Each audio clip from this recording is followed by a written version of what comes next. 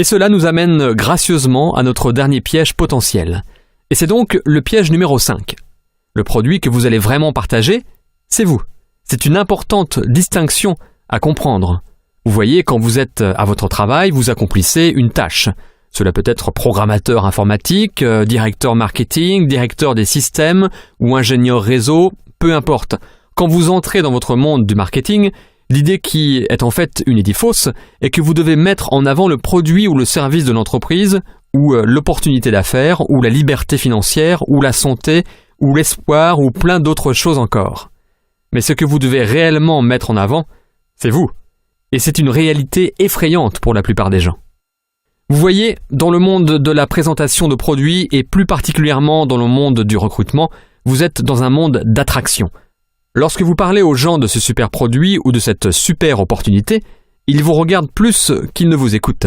Et ils se demandent, est-ce que je veux ce que cette personne a? Est-ce que je veux être comme cette personne? Est-ce que je veux me présenter comme cette personne se présente à moi? Est-ce que je veux que mes amis et ma famille me voient comme je vois cette personne? À ce moment, vous êtes le panneau d'affichage, la brochure et le poster de ce produit et de son entreprise. À quoi l'entreprise ressemble si vous vous regardez dans le miroir? La réponse à cette question est ce que vous voulez constamment améliorer. Vous voyez, ce n'est pas ce que vous dites qui donne du pouvoir et de l'influence à vos mots, c'est qui vous êtes derrière ces mots qui leur donne du pouvoir.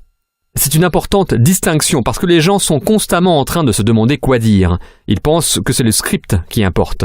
Ce que vous dites a en fait très peu à voir avec votre capacité à influencer et séduire. Permettez-moi de vous donner un exemple parfait. Le plus grand recruteur dans le monde a eu l'un des pires scripts imaginables. Je veux dire, si vous étiez un scénariste, vous le trouveriez épouvantable. Voici ce qu'il a dit. « Suivez-moi. » C'est tout. C'était son script de recrutement en entier. Mais il a été efficace. Pourquoi? Ce n'était pas par rapport à ce qu'il a dit, c'était par rapport à qui il était. Son nom était Jésus de Nazareth. Et sa réputation était bien plus importante que les mots qu'il a employés. Pensez-y un instant. C'est vrai aussi pour vous. Il y a des personnes dans ma vie qui, si elles m'appelaient et me disaient « suis-moi », je les suivrais sans poser de questions. J'ai confiance en qui elles sont à ce point-là. Et puis, il y a d'autres personnes dans ma vie qui, peu importe ce qu'elles disent, elles pourraient me faire la plus brillante, divertissante, émotionnelle, psychologique et virtuellement stimulante présentation imaginable, qu'il n'y aurait aucune chance que je les suive.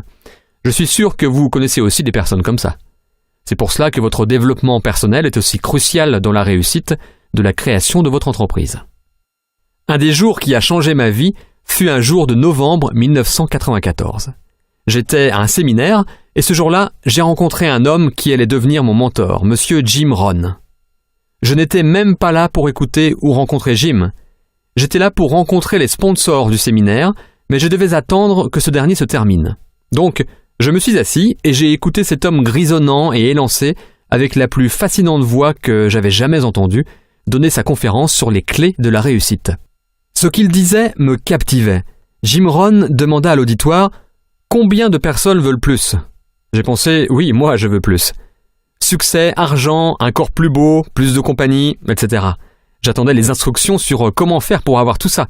À cette période de ma vie, j'avais expérimenté un peu de succès déjà, mais je l'avais connu grâce à une force pure et brutale. J'ai été agressif, j'ai travaillé, j'ai échoué, mais j'ai persisté pour que chacun se rende compte de mes accomplissements.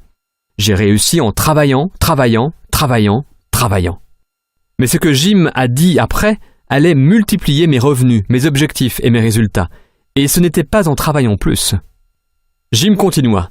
Si vous voulez avoir plus, vous devez devenir plus. Il a dit, le succès n'est pas un processus basé sur le fait de faire.